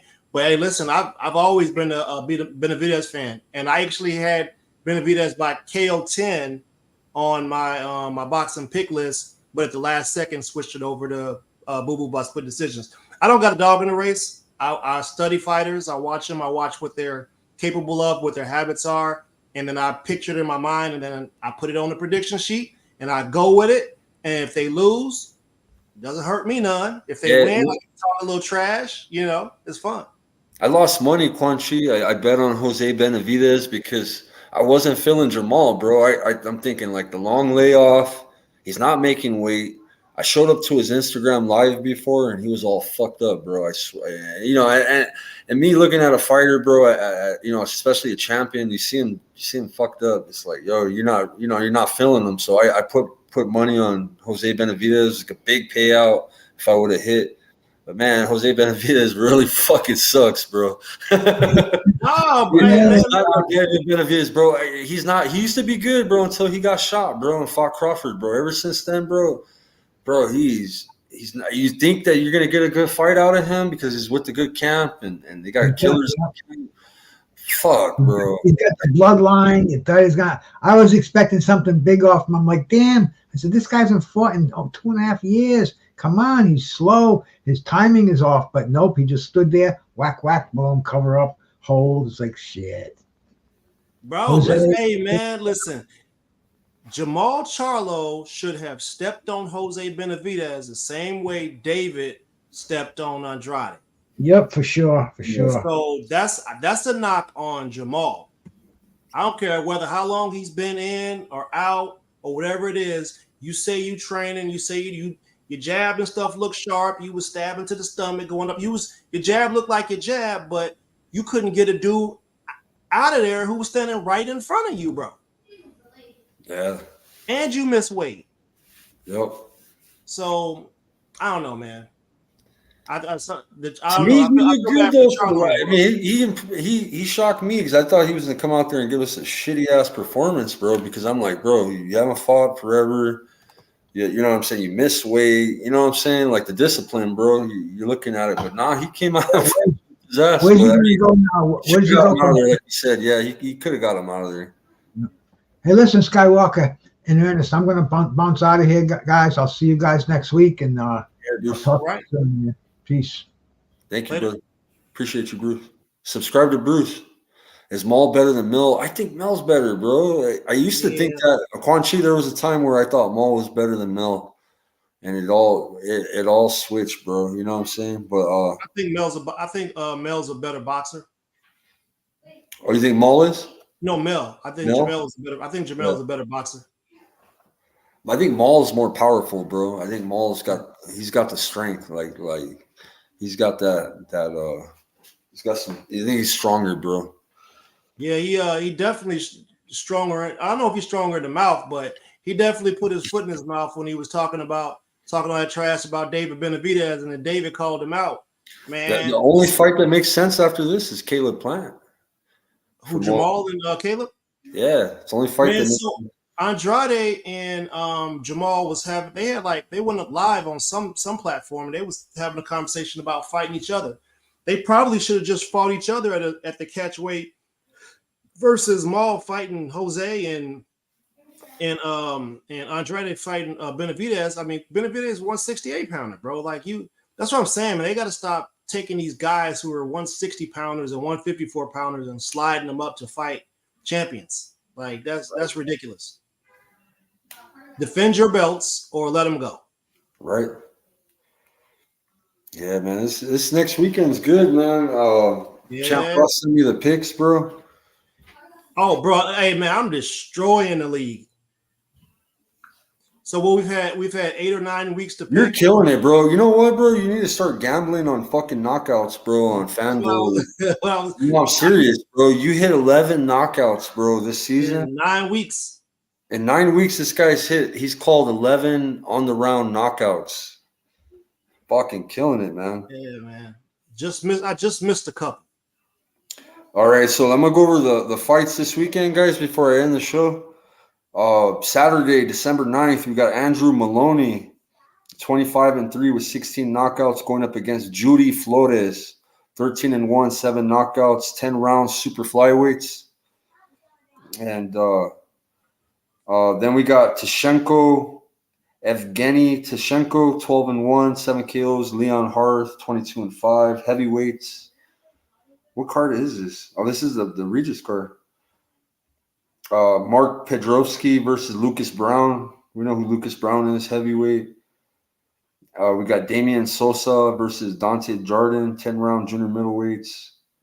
You got Regis and Haney, of course. You got Liam Paro, Montana Love. That's going to be a good-ass fight right there. Montana Love hasn't fought in a long time, bro. Last time he fought, he was disqualified, and he hasn't fought in a minute. He was getting his ass whooped by Davies, the Australian.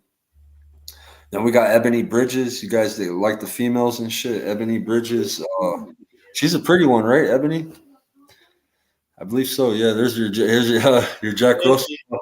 I have an old terrier. She's a half Jack Russell and half Karen Terrier. Yeah. Yeah. Move up to 150. There's so many fights he can make. But now, bro, he's the champ, bro. Quan Chi. They made him the email champ now, bro.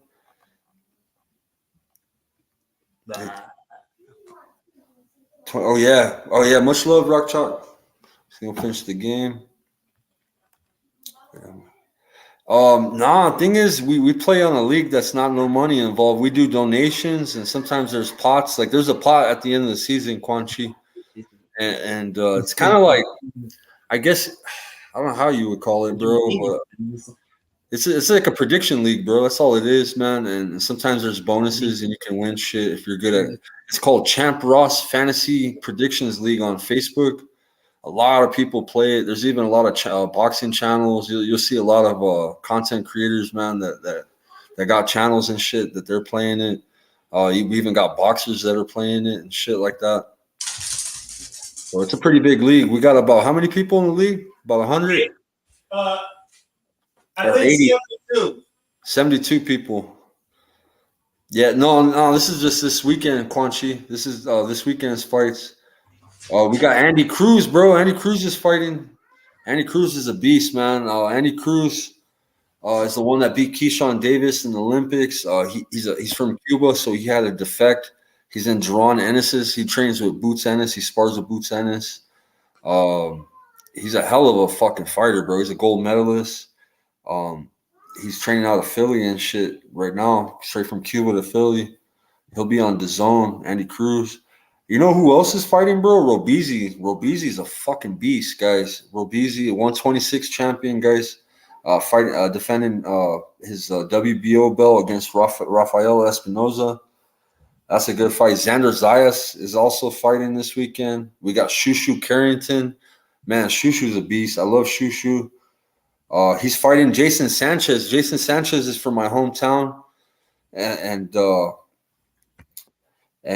Jason Sanchez is from Albuquerque, not my hometown, the city I live in. I'm from El Paso, guys, but Jason Sanchez is from Albuquerque. He's been fighting pretty damn good, so they're putting him up against Shushu, and it's going to be a test for Jason Alancrito Sanchez from Albuquerque. I know that guy personally. Rohan Polanco versus Keith Hunter. Keith Hunter's the junior welterweights. Delonte Tiger Johnson is fighting, bro. Hey, that's the bad boy. I like Tiger. He's fighting Himer Espinoza. It's a good matchup, bro, because Tiger Johnson's 10-0 with 5 knockouts. Himer Espinoza is 15-1 with 14 knockouts, knockout artists. So Tiger's going to have to watch out from getting hit from this guy because this guy knocks people out. And then we got Jahai Tucker. He's 10-1. He lost his last fight. He was one of the prospects with Top Rank. And he just lost, bro. He didn't look too good in his last fight. Maybe the kid learned, or he had a learning experience. So he's gonna be fighting Francisco Barron, 13-0, 10 knockouts. So he's going up against a tough matchup after a loss, man. He's going up against a fighter that's 13-0, 10 knockouts, 8 rounds, junior middleweights. So yeah, we got a lot of fucking fights, guys. I like Xander. I like Robeezy. I like Andy Cruz. I'll be looking at Tiger Johnson. Shushu Carrington, of course. Mark McSio is on the card, bro. Oh, shit. He's fighting on Fox Deportes, guys. It's going to be on the Spanish channel. Mark McSio's fighting Isaac Avalor. Yeah, we got a lot of good fights, man. I like the Liam Paro Montana Love fight. Liam Paro's a beast, dude. I have Liam Paro beating Montana Love. Ooh, you calling it early, huh? On that one early, they hyped that dude up with his little dog, bro, and then he got disqualified, looked like shit, Yeah. and he hasn't fought. Like, thing is, if you look like shit, you're supposed to get back in the ring. You're supposed to knock the fucking dust off and get back in the ring right away. Don't take a year and a half off after a fucking horrible performance. And you can't rock the puppy though, bro. Like, he's a fucking good fighter, bro. And he trains with Shakur. He trains with Devin Haney. He trains with all the best fighters here in America. He comes from Australia. He's like the big shit out of Australia, coming out of Australia at lightweight. So where you find the demon dog? matter of fact, there's a whole story behind that. So I ordered DoorDash to this place, and I was trying to get some seafood grits. Yeah. And the DoorDash got here, and it was just plain grits without all the seafood stuff in it, right? So me and the wife hopped in the car and drove back over to the spot to go and get the seafood grits. And I usually don't take her with me because we always end up going somewhere else, like 2-3 other places.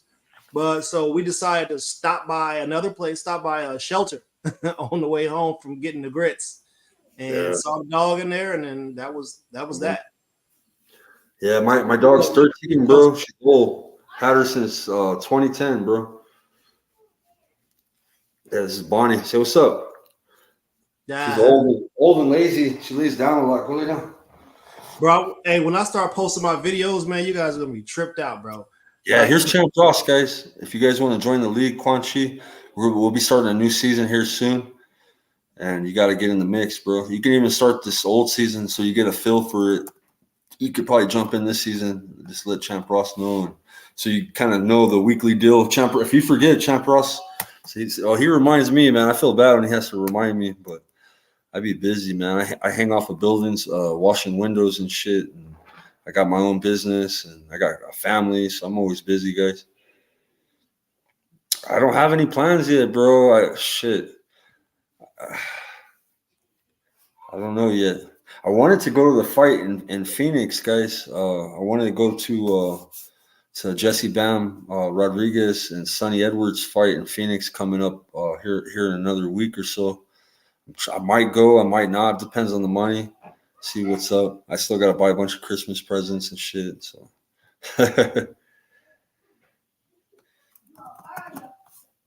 All right, bro. Listen, I'm gonna have to get up off of here now. I gotta do a couple more things for the.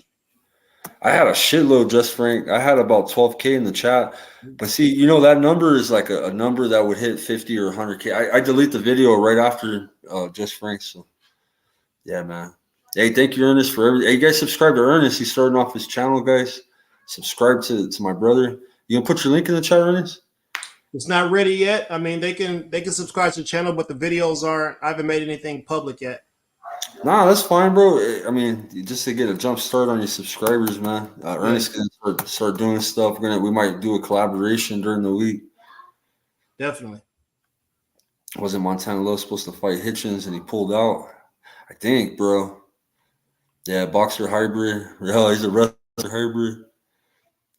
But yeah, guys, I'm gonna end this stream. Thank you. You guys make sure to check out Champ Ross, man. He's got a badass prediction league. And a lot of people play it, man. You see how good you know boxing. I pick with my heart a lot. I know a lot of the fighters, so I'm stupid sometimes because I can't pick against my homeboy. You know what I mean? So I gotta take my heart out of it so I can win this league and shit next season. Maybe next season I think I'm gonna take a little more serious, Champ Ross. I'm just letting this season ride out. I'm like in the middle of the list, middle of the pack this season. But yeah, guys, I appreciate everybody. Yeah, drop the link. Yeah, check it out, Just Frank. It's on Facebook only, though. That's the thing, brother. It's a Facebook. Even I might even set it up, Champ Ross, like the way your friend does it, man. One of the people that play, he has a channel as well, and he has some of his audience playing in the league, and he posted on his community page. And basically, people give him the picks, and he sends them to Champ Ross.